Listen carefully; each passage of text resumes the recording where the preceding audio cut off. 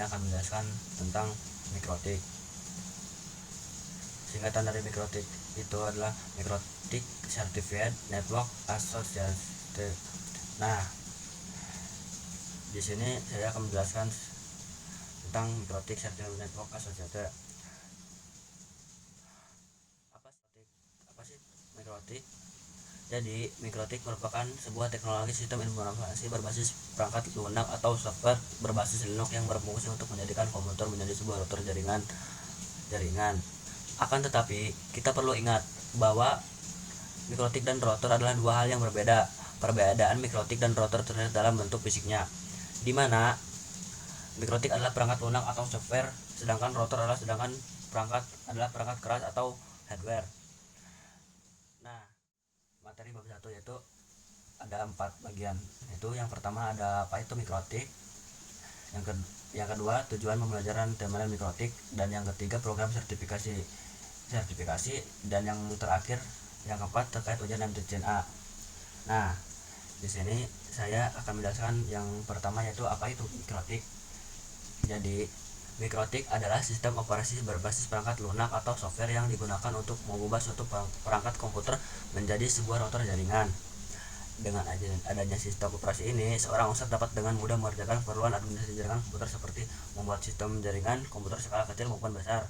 Nah, yang pertama ada vendor perusahaan yang berlokasi pada pembuatan alat jaringan seperti wireless access point, switch, dan router. Yang kedua ada software dan hardware. Perbedaan software dan hardware itu adalah software adalah perangkat lunak yang tidak bisa dilihat atau disentuh, sedangkan hardware adalah perangkat keras yang bisa dilihat dan disentuh. Nah, fungsi kedua ini adalah software dan hardware. Yang pertama, software berfungsi sebagai penghubung antara hardware dan pengguna. Sementara itu, hardware berfungsi sebagai penerima input dari pengguna, mengolah informasi dan menampilkan hasil pengolahan informasi. Dan ada juga contohnya seperti software adalah aplikasi pengulang kata, browser, sistem operasi, dan perangkat lunak pemrograman. Contoh hardware adalah keyboard, mouse, dan tempat penyimpanan data. Terus keterkaitan kedua software dan hardware adalah saling melengkapi dan harus bekerja sama agar sistem komputer bisa berfungsi dengan baik. Nah, yang ketiga ada yang didirikan di Reds di Eropa Utara. Terus yang keempat ada routing the world. Itu routing the world adalah jaringan menyeluruh dunia. Gitulah sebenarnya. Yang keempat ada website resmi mikrotik. Ini saya akan bikin.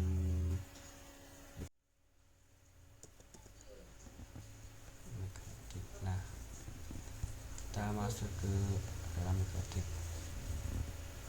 Nah, kayak gini. Ini website resminya mikrotik ya. Nah, ini ada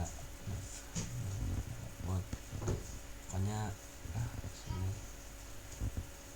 Nah, itu ini contoh gambar router, wireless router ya. Ini wireless router, ada ini nih gambar router mikrotik router wireless. Nah, kayak gini ya. Nah, ada yang John Trolley dan Ernest Rextis yang membuat ini ya, buat mikrotik ya. Pada 1956 ada mikrotik user meeting, ada websitenya mum.mikrotik.com, ada juga wiki.mikrotik.com, ada juga forum dan mikrotik.com. Nah, selanjutnya kita ke materi selanjutnya. Tujuan pembelajaran timeline mikrotik. Nah, pembelajaran karakteristik, fitur-fitur, dan kemampuan mikrotik router OS. Mempelajari cara instalasi, konfigurasi, fungsi, maintenance, dan troubleshooting dasar pada mikrotik router OS. Nah, harapan mendapatkan kualifikasi sebagai Mikrotik Certified Network Associate. Nah, jadi mempelajari karakteristik, fitur-fitur dan kemampuan mikrotik router OS yang disebut sistem operasi yang digunakan untuk router mikrotik OS ini berbasis Unix dan Linux ya. Banyak fitur lainnya seperti diantaranya ada routing, rigging, firewall, server proxy, hotspot, manajemen bandwidth, ada juga titik akses kabel, tautan, backhaul, gateway, hotspot, dan yang terakhir server VPN. Mikrotik router OS dapat diinstal pada PC berbasis Intel atau AMD. Dengan OS ini komputer dapat diubah menjadi router. Nah, terus yang timeline mikrotik. Nah, timeline mikrotik adalah didirikan pada 1996 founded ya. Router OS software x86 PC. Nah, terus pada didirikan 1997. Selanjutnya ada juga perangkat router buat pertama yang didirikan pada 2002. Terus yang keempat ada juga MUM pertama di Fragues TJS yang didirikan pada tahun 2006. Ada juga Republik. Terus yang ini yang MUM terbesar di Indonesia didirikan pada 2015 sekitar 2500.